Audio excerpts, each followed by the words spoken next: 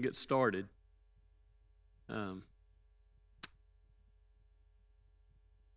Are you enjoying this study of Proverbs? I mean, I want truthful feedback on that, except from John, because I know John will have some kind of smart alecky comment to make about it.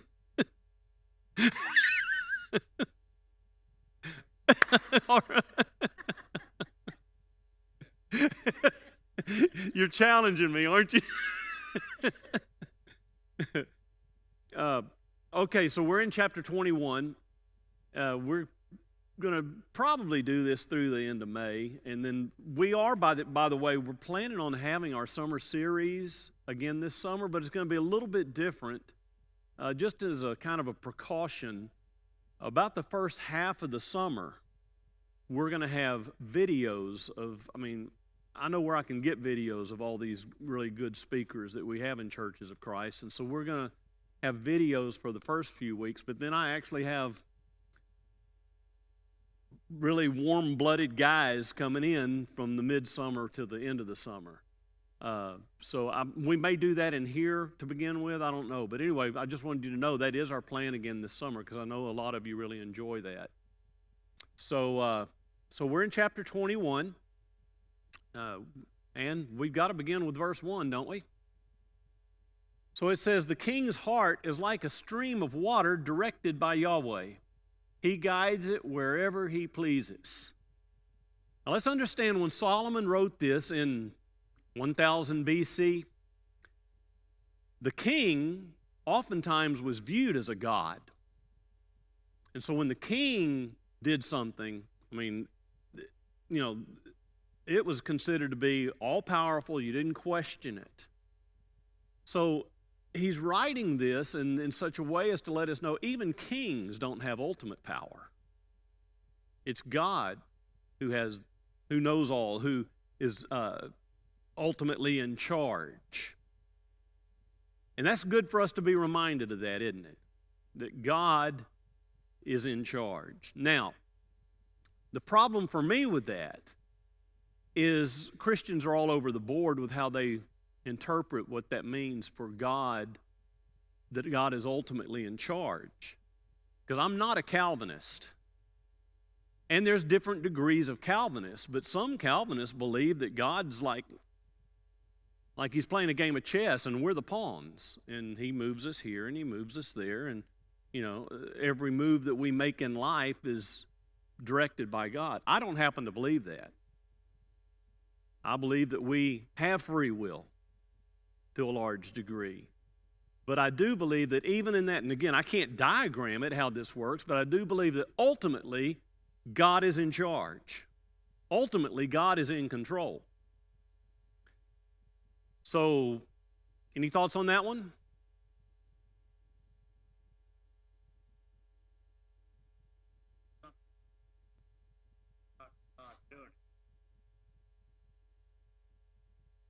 I'm not going to say it never is.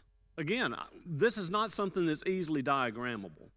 I think we blame God, and we sometimes even give God credit sometimes when it's not necessarily God that's done it, particularly blaming God. We're real good at blaming God when bad things happen. But let's remember, if you read the story of Job closely, who's the one that brings all the storms, the tornadoes, and the difficulties that come against Job? It's Satan. And Satan is the prince of this world, and yet we're going to attribute that to God. In fact, what do insurance companies even call those things? Acts of God. Yeah. So I'm not there, okay? And I'm not saying God never causes anything like that to happen. But I think we've got to remember there's an enemy that's at work too.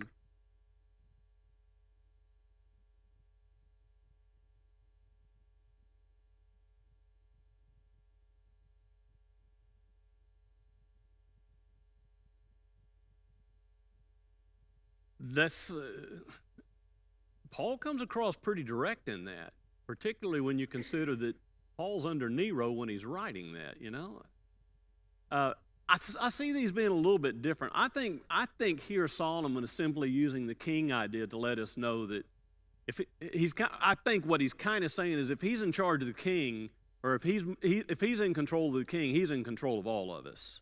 That God is ultimately in control. Okay, let's go to verse 2. People may be right in their own eyes, but Yahweh examines their hearts, or their heart. I wonder if did I leave the S out on that? The Lord examines their heart. Doesn't even sound right. It's easy for us to believe. Are you with me?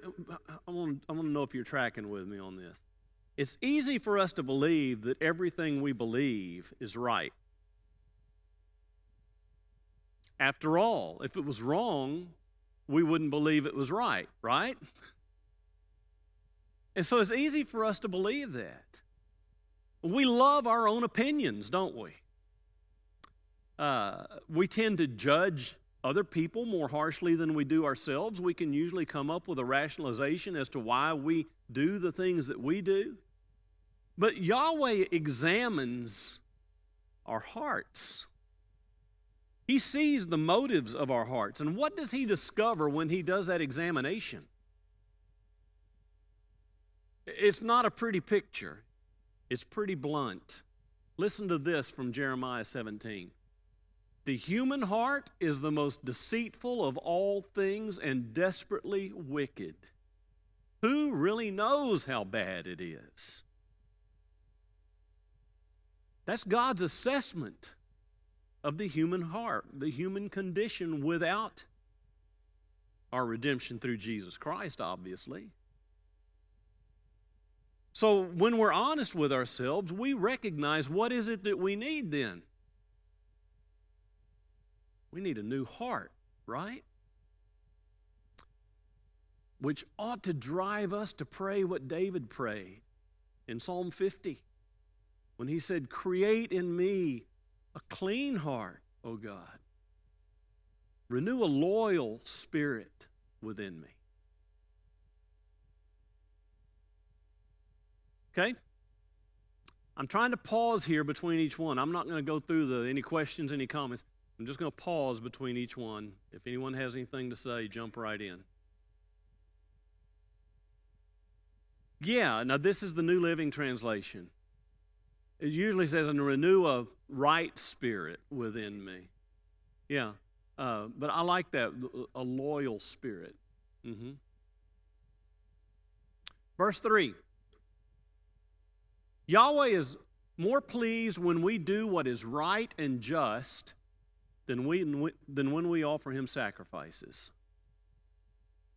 Now, to get just a little bit of a different twist on this, I want you to hear it from the Message. Clean living before God and justice with our neighbors means far more to God than religious performance. How many could say amen to that? I mean, how many of us know that that is the way it's supposed to be? And yet so often I don't know if it's because of our upbringing as American Christians, but we get so into this religious performance ritual. And we miss the more important things that God calls us to, justice and mercy and faithfulness. So, the meaning here then is if our lives aren't characterized by justice, then no matter how generous we are when the collection plate goes by, it's not going to make up for it. Okay?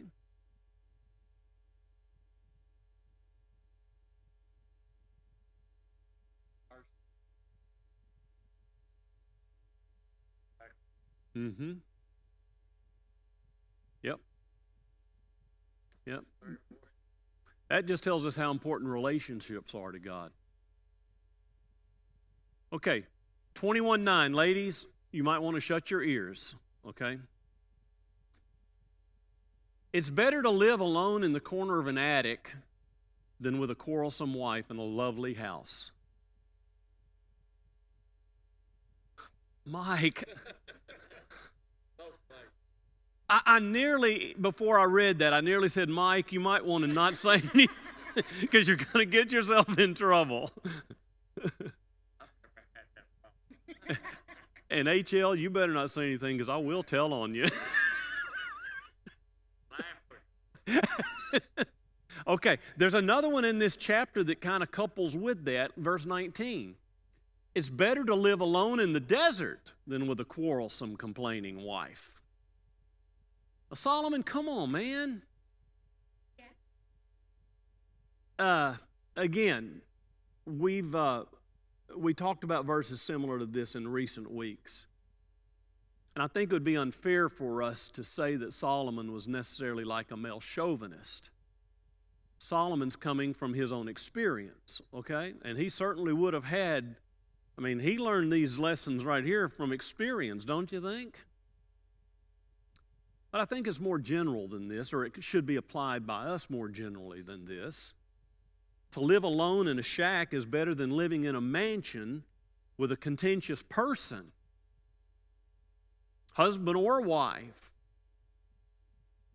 Who wants to live in a house that's characterized by quarreling and complaining and strife?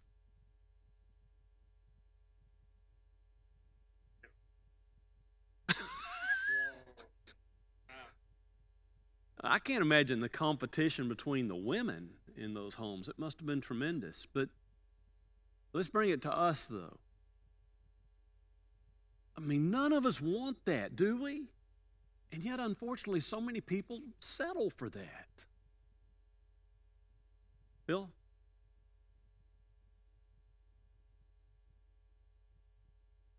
Yeah? And your point?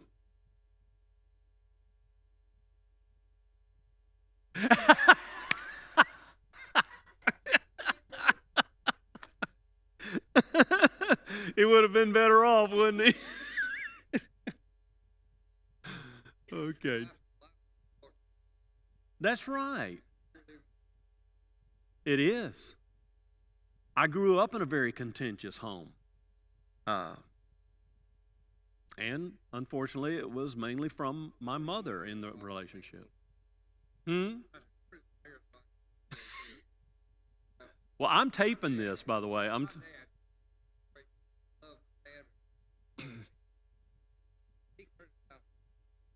Mm. Mm-hmm. Mm-hmm.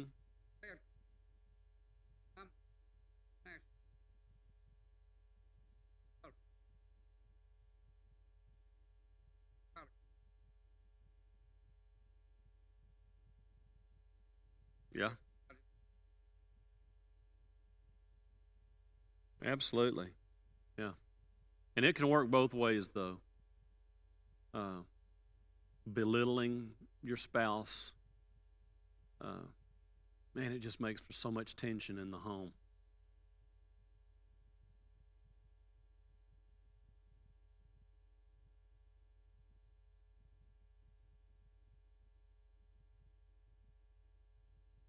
It's difficult.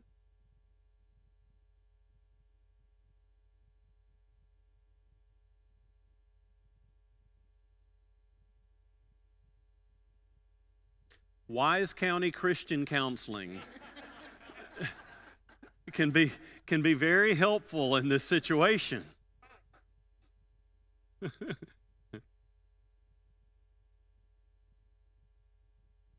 Sure.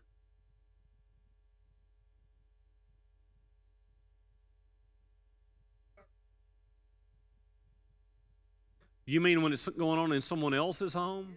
Okay. I thought you meant in our own homes.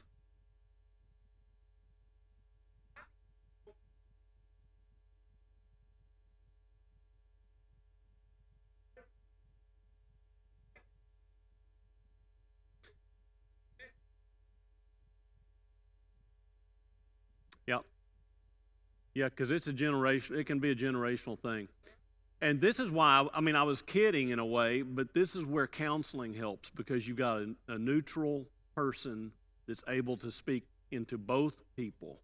It's not you, and I'm just using you as an example. It's not you speaking to Dina and Dina saying, well, I don't like what he said, so she says it back to you, and it's back and forth. You've got someone that can mediate that, and it's very helpful working through stuff. It is tough. But anything worth doing going to be tough. Yep. Verse 11. If you punish a mocker, the simple-minded become wise. If you instruct the wise, they'll be all the wiser. I would love to know, and there's no way we can totally trace these things back, but I would love to know how many of the adages that we have in America, in our culture, actually came from Proverbs. Some of them came directly from Proverbs, but so many of them you can tell that maybe a proverb is what caused these things to be said. For instance, I think probably the person who first said, wise men learn from the mistakes of others and fools learn from their own. Doesn't that so much go along with this proverb right here?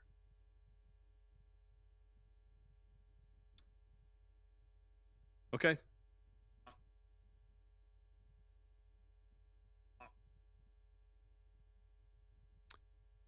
Someone who is always making fun of or putting another person down. We're going to talk about that if we get that far tonight. It's going to come up.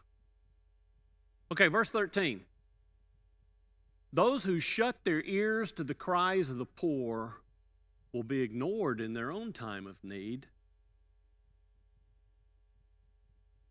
This was probably more common back then than it would be today in America. I know there's still risk that we can take financially in America, but we have a lot of things built into our system that at least can help a person or help prevent a person from going from being rich to having nothing, right? Still happens, but it's people that are really, really, really risky with what they have. But we should all have a vested interest in meeting the needs of the poor, protecting their rights, speaking up for them. We all need to have a part in that, because it is not inconceivable that it might be us someday that's needing the help. Right?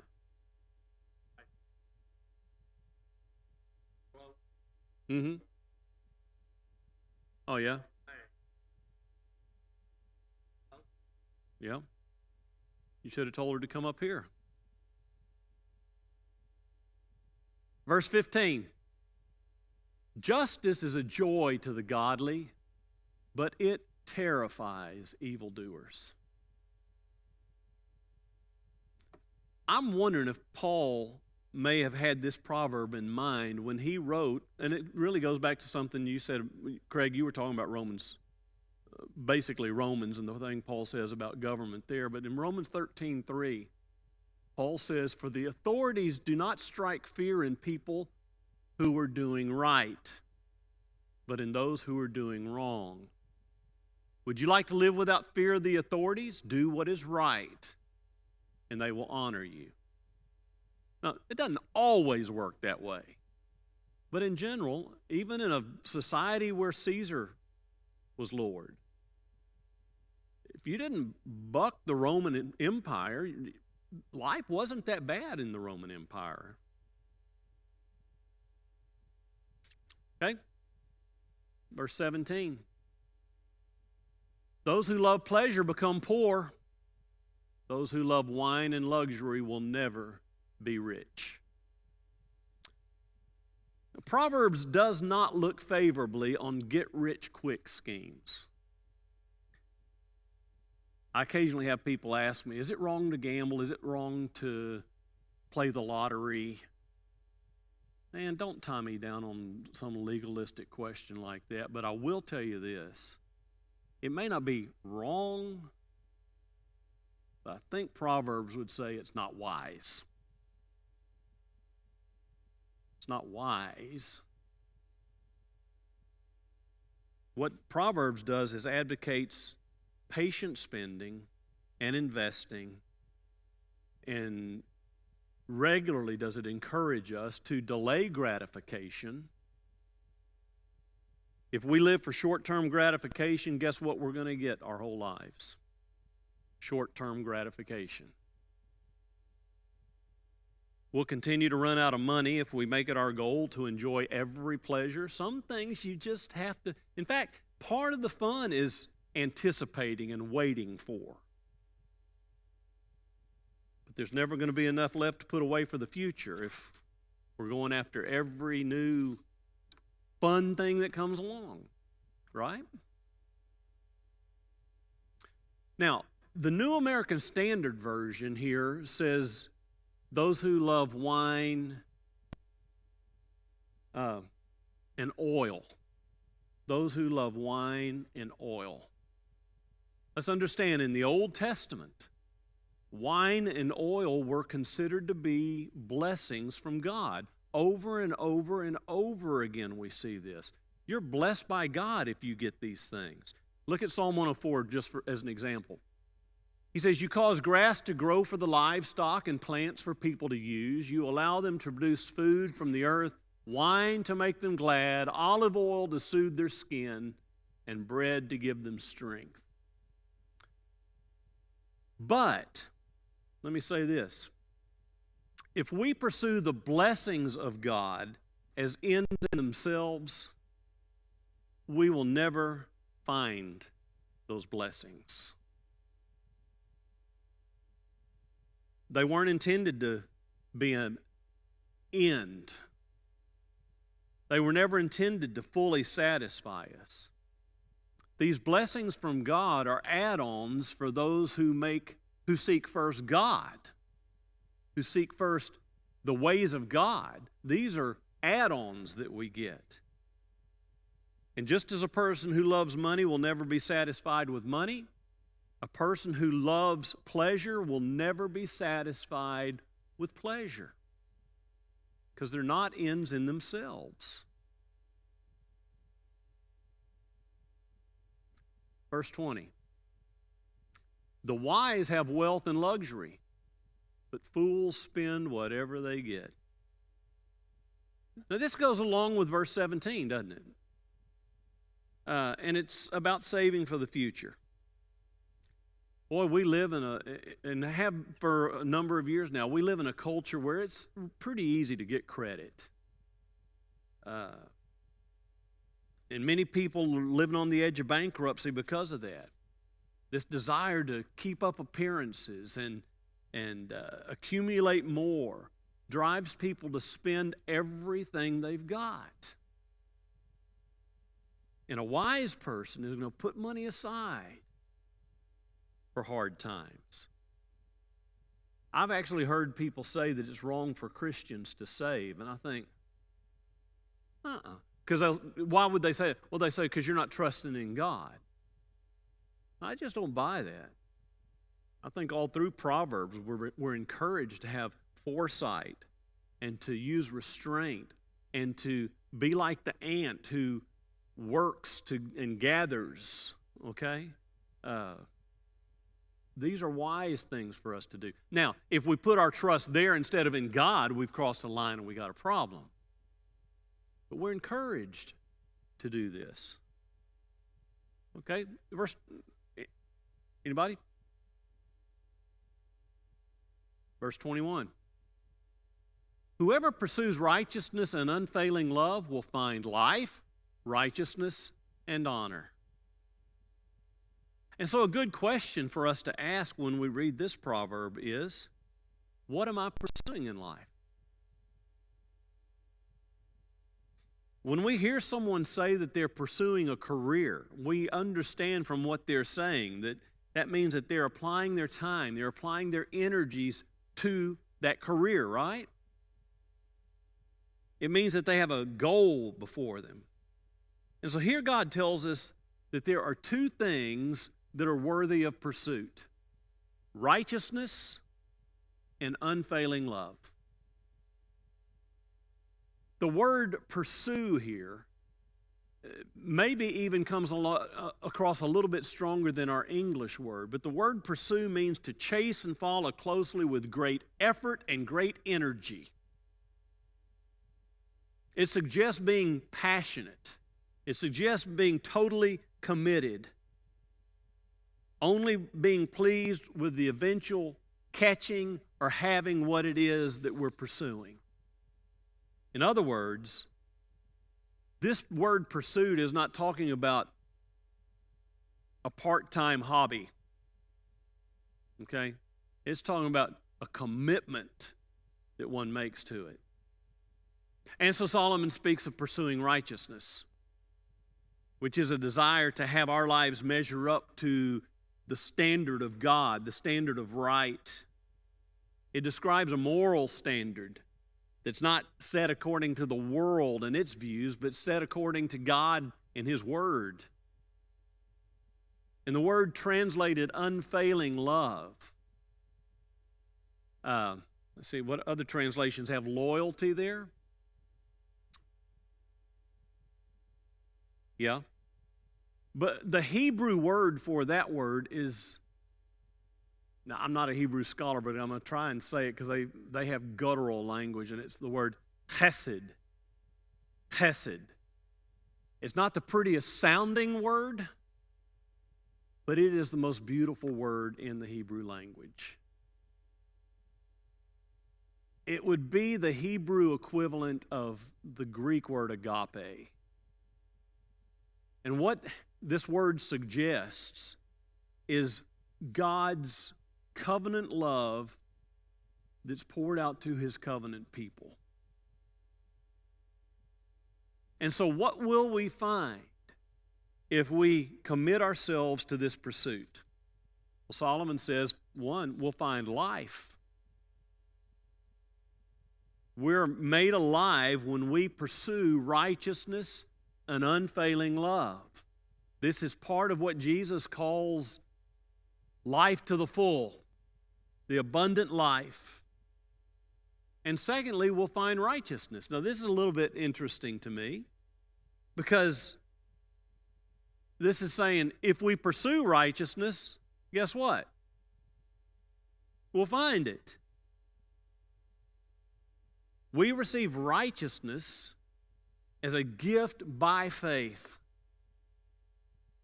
through the grace of God. And thirdly, we'll find honor, or some translations there say glory. We'll find glory. We receive the glory of salvation. We receive the glory of God's righteousness, the glory of being made at peace with Him, the glory of His transformation in our lives. And all is ours. All this is ours when we pursue the one who, by His mercy, pursues us. We pursue the pursuer. Verse 22.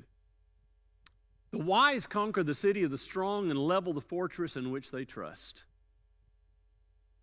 Throughout history, you can find examples of where battles and wars have been won due to wisdom over strength. Gideon would be a prime example from the Bible, okay? But here's the thing, every time it happens, people are shocked. And I think from this we should learn, and Solomon, man, is he hitting on this or not? We should learn that it's better to be wise than it is to be strong. For Solomon, wisdom's where it's at. Verse 23, watch your tongue and keep your mouth shut, and you'll stay out of trouble. If only it were that easy, but hey. Or as James puts it in James 3 and verse 2, indeed we all make many mistakes, for if we could control our tongues, and I just almost hear him saying, for goodness sake, if we could control our tongues for goodness sake, we'd be perfect and could also control ourselves in every other way. I think everyone in this room can identify with a situation where you have said something that got you in trouble. Mike experienced that about 20 minutes ago. We let a comment slip, or we say something without first thinking about how it's going to affect the situation, and it ends up hurting somebody's feelings. All because we weren't conscious enough to think about the things we say. We've already seen where Proverbs tells us that life and death are in our words, right? Life and death are in our tongues. James 3 and verse 6 says, "And the tongue is a flame of fire. It's a whole world of wickedness, corrupting your entire body. It can set your whole life on fire, for it is set on fire by hell itself." And that being the case, then we should be wise to go back to the slide before that, please, Leanne. I'm wanting to go back to 21:3. Yeah. Where it says, "Watch your tongue" in this translation, the New American Standard Bible says, "Guard.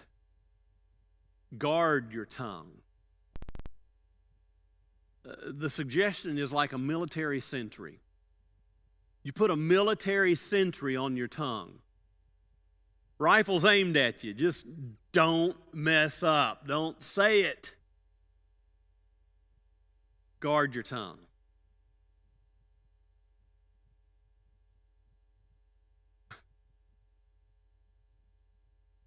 Yeah.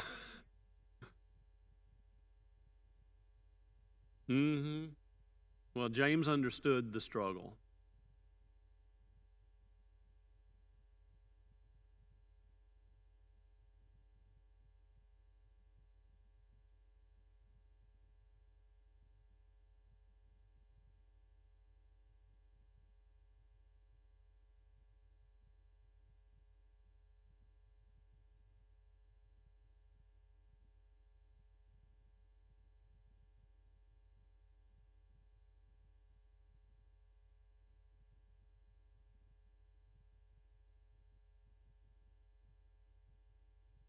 Mm-hmm.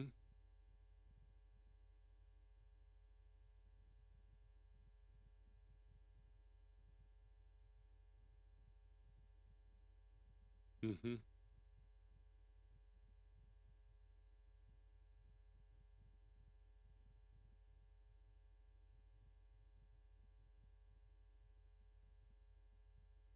In fact, it's the kind thing to do. And it's a discipline, isn't it? It's one I'm trying to learn, because I'll be honest with you, but a lot of times when I'm in a conversation with somebody and they're telling me something, my mind's already working on my reply instead of just listening to what the other person's saying. Okay, verse 24. Mockers, here's your words you were asking about. Mockers are proud and haughty. They act with boundless arrogance. Mockers. Here's a person who thinks that he or she is an expert and that everyone should listen to their wonderful ideas. And haughty is the idea of being full of oneself. Haughty is narcissistic. And this person mocks anyone who doesn't agree with whatever it is that they think. And they will mock that person mercilessly to make them seem goofy in comparison with my right view of things. Maybe some political figures are coming to your mind at about this point. Yep. Well, narcissists certainly do. And you put it all together, and what you have is someone who is so proud that it reeks. You know what I mean? We need to avoid those things. And we need to remember what it says in James 4 and verse 6. God opposes the proud, but favors the humble. I don't know about you, but I love hearing these kids tonight. It seems like forever since we've had something like this. Man, that's just music to my ears, hearing those kids out there. Verse 25. Despite their desires, the lazy will come to ruin, for their hands refuse to work. Some people are always greedy for more, but the godly love to give. The lazy crave and covet and strongly desire what somebody else has. But they settle for simply craving and coveting and strongly desiring, and they never do anything to get to where they're wanting to go. And a person like that craves themselves to death. It always has been. But the righteous have a fundamentally different way of living. The righteous gives, and not only that, the righteous loves to give. It just brings joy to the life of the righteous. Okay, let's see if I can get through verse 27 in just a couple of minutes. The sacrifice of an evil person is detestable, especially when it's offered with wrong motives. Now, I read this proverb, and maybe you're thinking the same thing I did, because when I read this, I'm going, why would an evil person even offer a sacrifice?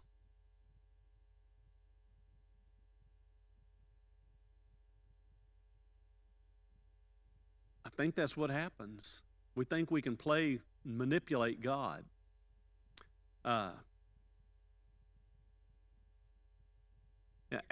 the core of an evil person's sacrifice is self-deception in regard to God and the true purposes of religion. Because they think that by sacrificing, they're earning something from God. They think that they can do an end run around God, which allows them then to leave there and go on living the same way they've been living and do nothing about it. Just pay up, get your conscience soothed, and then go another week of sinful choices and sinful behavior. Do you know how common this was in the Middle Ages? In the Middle Ages, when the Roman Catholic Church ruled Europe, I cannot wrap my mind around what happened during that time. But you could actually go into a priest and pay them money so that you could then go indulge yourself in some sin. Yeah, they were called indulgences. This is what really spurred Martin Luther in the Reformation. But where did anyone come up with an idea like that? That you can buy God off. And you know all those beautiful cathedrals you see in Europe? Guess what paid for them? Indulgences. That's how they built those beautiful buildings, was off indulgences. I'm going to tell you, I have much greater appreciation, though, for a lot of things that Catholics do than I did when I was growing up. I'm really beginning to like the season, the way that they have a lectern that they preach through that follows through Scripture, and it's cyclical. And I like even the idea of Lent, giving something up in preparation for Easter. And there's some things that are just beautiful things. And I'm not going to lay this totally at their lap, because I don't know how much of it was driven by the Roman Catholic Church or if it's just something that evolved out of it. But I got to tell you, I do not get the concept of Mardi Gras. I do not get it. And it falls into this same thing, though. This idea of, okay, we're going to be giving up something for 40 days, so let's go out and just do whatever we want to do. And somehow think that God's okay with that. That blows my mind. That's so contrary to anything I know about Jesus and his nature. And like I say, I'm not laying that at the feet of anyone in any position in Roman Catholicism. I'm laying it at the feet of people who probably are borderline practitioners who just really wanting to, they're more interested in having a good time than they are in being devoted to God. But that blows my mind.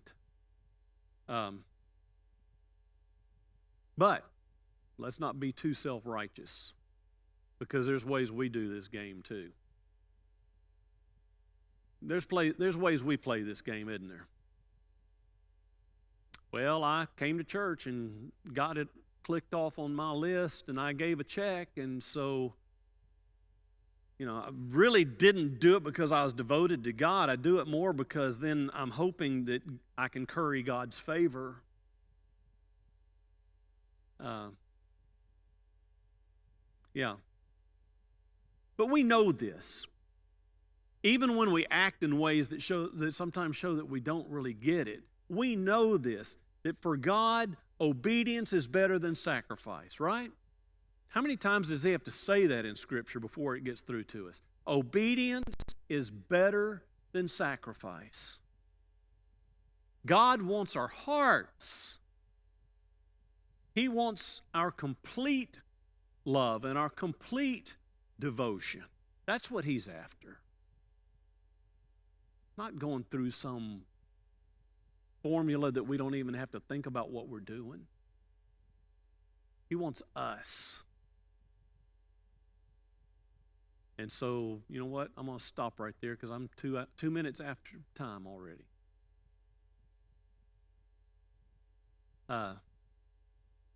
Hey, Craig, how about leading us in a prayer as we leave tonight?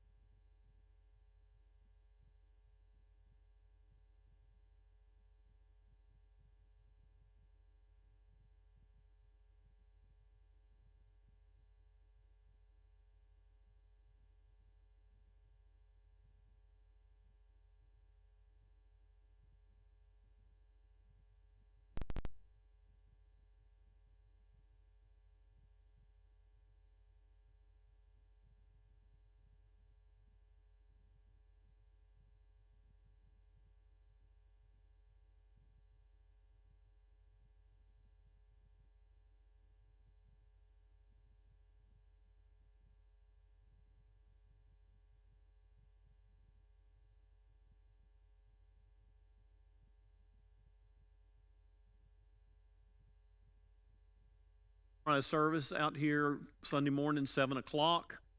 Probably be 20 minutes or so, and then we have donuts, coffee, and juice that will be available in the family room after that. And yes, Craig, I did buy some cinnamon rolls.